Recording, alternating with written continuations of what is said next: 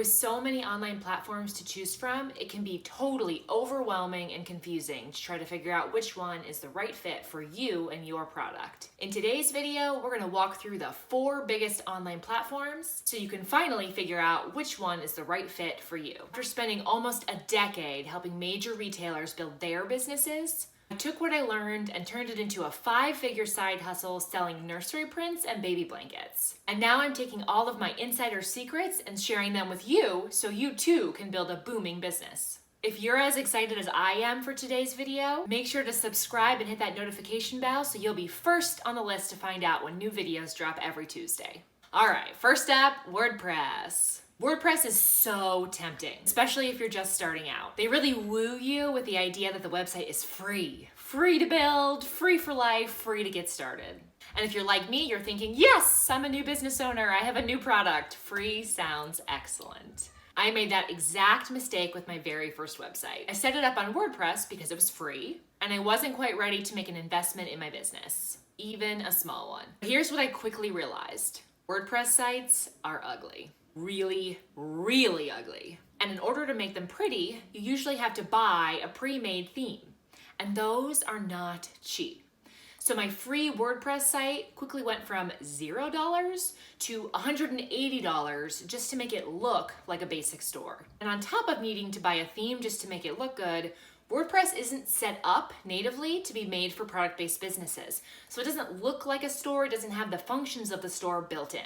In order to turn it into a shop, you have to add in another app to be able to add product listings, checkout buttons, all the bells and whistles that make an online shop function properly and make that experience really great for your customers when they come to visit. And those aren't free either, and they usually take some work to get set up. So can you build a product-based business on WordPress? Sure.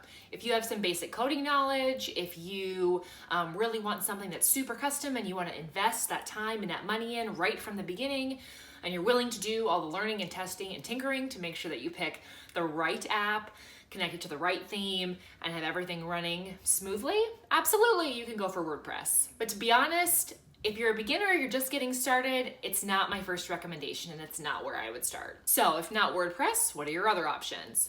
Well, you could choose an online marketplace like Etsy or eBay or Amazon. And the benefit of those 3 is they bring their own traffic, right? So you're not responsible for bringing eyeballs to your shop in the way you would be if you built your own standalone website. They're also created for product-based businesses like yours, so they already have all the features and functionalities you would need to be able to build a product-based business and a good-looking online shop, which is helpful. And it's often really easy to get started. The investment for Etsy and eBay to jump in is really low, right? It's free to create the shop. There's a small fee every time you create a listing and they take a part of your transactions fee, but there's no ongoing investment. With Amazon, they have great traffic, right? They bring a ton of eyeballs, but they do have a monthly fee unless you're selling handmade. So that's just something to know right up front, right? That Amazon.com, they're going to bring the traffic. They're going to have the tools there for you to build a shop, but it's not going to be free month to month. You will have a fee like you will with some of the other options we'll talk about next. If you're just starting out, an online marketplace can be a great home for your first product, but there are a handful of cons that you should make sure you know about. So 1, you aren't the only person in an online marketplace, right? That just makes sense. A marketplace is going to have a ton of different shops, which means there's going to be a lot of other people probably selling something very similar to what you're selling, and standing out can sometimes be really difficult in a crowded search engine. So you're going to have to spend some time really thinking through, how do you make sure your products are visually different? How do you make your brand really obvious and appealing so that if you are shown in a sea of search items on Amazon or Etsy or eBay, your item really calls to your ideal customer and it pulls people in. Second, when you're on an online marketplace like that, you don't own your own space. You're basically renting a booth. If you think about it in physical shop terms. The marketplace owns the real estate and you have a booth within it.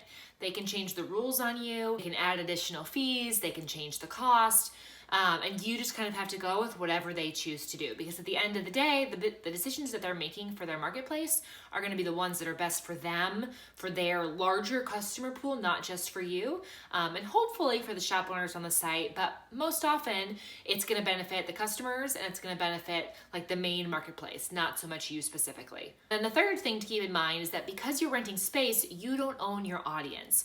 So all of those eyeballs that are coming to see your shop, you don't have a way to capture those emails email addresses or a place to send them that's not that marketplace, you don't own that audience. You can't get back out in front of them with advertisements. You can't email them to remind them that you have new products launching in the shop. That audience is owned by the marketplace itself. And that can make growing and scaling your business down the line, if you're serious about making it more than just a hobby and truly a full-time business, a lot more complicated. Option number 3, Squarespace. So Squarespace's claim to fame is that they can make super quick, super easy, very user-friendly, beautiful websites fast. It's less expensive than Shopify, which is the option we'll talk about next. So that price point, again, can be really appealing, just like that free idea can be appealing with WordPress.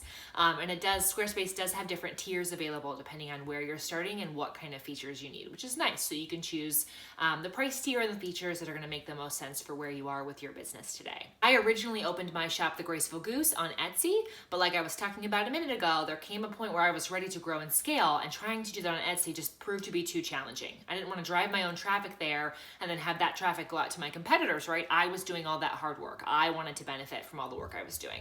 So I decided it was time to start my own website. I already had a bad experience with WordPress, so I already knew not to go down that road. So I decided to give Squarespace a try. I thought, easy product builder, they have an e-commerce option, the price is a little less expensive, like let's see what they got. While you can build a commerce shop on Squarespace, that's not what they were created for, really. They were created for bloggers and for people who have like art portfolios. So if you're an artist and you're selling paintings, or you're a graphic designer and you want to be able to showcase a portfolio to potential clients, Squarespace is an awesome fit. But if you're going to be a true product-based business, like you have a product line you want to sell, you have a single product that you really want to push to people, Squarespace, in my opinion, is more complicated to set up and it's a lot less attractive. They have a very rigid framework for how their pages can be shaped. And so even though they have drag and drop elements that in theory make it easy to create a page, they're not necessarily the most visually appealing, and trying to get them to look the way you want can take a lot of extra coding and finagling and theme building. So it's definitely an option. It's something to peek at, but it's not my favorite. All right, so we've gone through 3 options. We've talked about WordPress, we've talked about online marketplaces, and we just talked through Squarespace. All of those have pros, but they all have some really serious cons too, in my opinion. So what is my favorite place to build a product-based business? It is Shopify. The reason I love Shopify so much, it's got easy to build pages just like Squarespace does, but it's built specifically for product-based businesses. So all of the features that you need are already built into the foundation of the platform. It has native checkout, so it makes it really simple. It's already optimized for you in the best flow to make checkout seamless for your customers. It very easily integrates with different payment methods. So if you want to be able to take credit cards or PayPal payments, or even Amazon Pay payments, it gives you all those options, and it makes it super easy to add them in. So you can give your customers the option that feels most comfortable for them to be able to make that payment and hit that buy button. On top of having just basic functionality, they also have built-in cart abandon emails. So you know how I was talking about when you're on an online marketplace, you're renting space and you can't reach back out to customers? Well, with Shopify, if somebody comes to your website, you've done all the work to get them there. They put something in their cart, they decide not to buy, you can have it set up so that it emails that person, assuming they put their email address in at checkout, and reminds them to come back to your shop and buy. So you can recover that lost sale really quickly, really easily, without any added fees or a lot of extra effort. It's just naturally built into Shopify. They're coming out with their own email platform to make sending emails to your customers super easy. They have a digital assistant that will help you with some of your marketing activities, which is kind of crazy. The assistant's name is Kit. It's like an AI robot, and it'll recommend different ads you can run or emails you can send to help stay out in front of your customers and make sure that they are engaged as you continue to build out your audience and drive traffic to your website. After my Squarespace flop, I finally decided to make the commitment and I jumped over to Shopify. I had been hesitant because it has a $29 a month fee, and I was like, oh, do I really want a recurring membership fee? But let me tell you what, if you're serious about building a business, it's not going to take you long to be able to cover that $29 fee without any hesitation. If you do the work to build a beautiful customer first shop right from the beginning, that makes checkout easy, that engages your customer and gets them excited to buy your product, you're gonna be able to pay that $29 fee really quickly with no problems. And I learned that really fast. So when I launched my second shop, Kindly Co., I didn't even try to dabble around with the other places. I just went straight to Shopify because I already knew from testing all the other things, it's the place to be for product-based businesses. Some of the other things I really love about it, as you grow and scale, let's say your business gets to be the size of like a Kylie Cosmetics, which is hosted on Shopify, or an Allbirds sneaker, which is also hosted on Shopify. They have a ton of add-on features that you can choose to create loyalty programs, to try to reward customers when they shop with you, give them free gifts when they spend so much money, or give them a percentage off when they refer you to friends. Like, they just make that really easy and natural to add into your shop as you continue to grow, and give you so many different ways to really enhance that customer experience to make your shop a place your customers love to be. Plus, probably the best part is that Shopify is super user-friendly.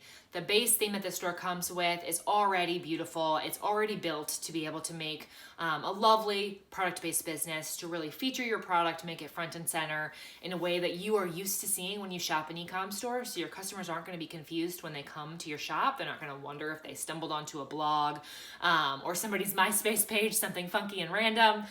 They're going to know exactly where they are, and it's going to look professional right from the get-go. So if I had to choose, if I could have started all over again and skipped trying WordPress and Squarespace, I would have gone straight to Shopify. The other options have some pros, and you can definitely, there are people who have definitely built successful product-based businesses on them, but my pick without hesitation is Shopify. All right, so now we've walked through the 4 main platforms to consider if you're thinking about launching a product-based business, and I'd love to hear from you. What was your biggest takeaway from today's video? Have you made a decision on which platform you want to go with? Do you still have questions lingering in your mind? Share down in the comments below. I will meet you there.